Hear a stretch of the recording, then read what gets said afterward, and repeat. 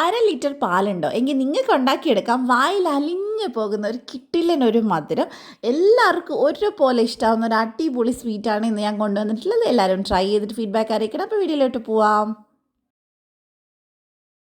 അപ്പോൾ ആദ്യം തന്നെ നമ്മൾ ഇത് പാല് തിളപ്പിക്കാൻ വേണ്ടി ഒരു പാൻ എടുത്തിട്ടുണ്ട്. അതിലേക്ക് ഞാൻ 5 ടേബിൾ സ്പൂൺ കോൺഫ്ലോറും 5 ടേബിൾ സ്പൂൺ പഞ്ചസാരയും ചേർത്ത് കൊടുക്കുന്നുണ്ട്.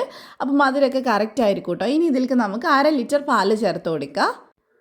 അപ്പോൾ 250 ml കപ്പിൽ 2 കപ്പ് പാലെടുത്താൽ മതി കേട്ടോ.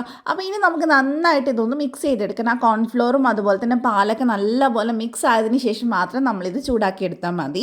അപ്പോൾ നന്നായിട്ട് മിക്സ് ആയിട്ടുണ്ട്. ഇനി നമുക്കിതിനെ തിളപ്പിച്ചെടുക്കണം. വലിയ പണിയൊന്നുമില്ല കേട്ടോ, പെട്ടെന്ന് റെഡി ആയിട്ട് കിട്ടും. ഇത് ചൂടാകുമ്പോൾ തന്നെ തിക്കായിട്ട് വരും. നല്ലപോലെ തിക്കായി നന്നായിട്ട് ബബിൾസ് വന്ന് തുടങ്ങുന്ന അത്രയും നേരം ഒന്ന് വേവിച്ചെടുക്കുക. തിക്നെസ് കുറഞ്ഞു കഴിഞ്ഞാൽ പിന്നെ ഇത് സെറ്റ് ആവാൻ കുറച്ച് പാടാണ്.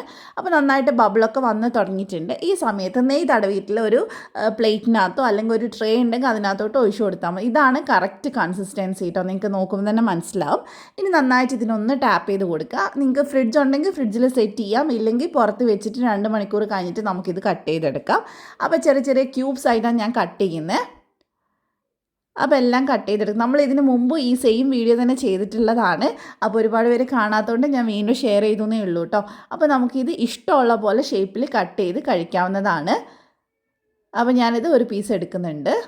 ഈസി ആയിട്ട് നമുക്ക് കട്ട് ചെയ്ത് എടുത്ത് മാറ്റാം കേട്ടോ. അപ്പോൾ ഇത് നല്ല എന്താ പറയുക ജെല്ലി മാതിരിയാണ് ഇരിക്കണേ, വായിലിടുമ്പോൾ അലിഞ്ഞു പോവും. അപ്പോൾ ഇത് ഞാൻ കുറച്ച് പാൽപ്പൊടിയിലൊന്ന് കോട്ട് ചെയ്ത് എടുക്കുന്നുണ്ട്. ഭയങ്കര ടേസ്റ്റാണ് പാൽപ്പൊടിയിൽ കോട്ട് ചെയ്ത് കഴിക്കുന്ന സമയത്ത്.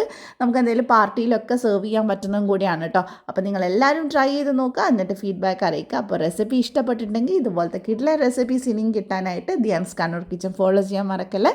അപ്പോൾ മറ്റൊരു നല്ല റെസിപ്പി ആയിട്ട് നമുക്ക് വീണ്ടും കാണാം. Thank you for watching.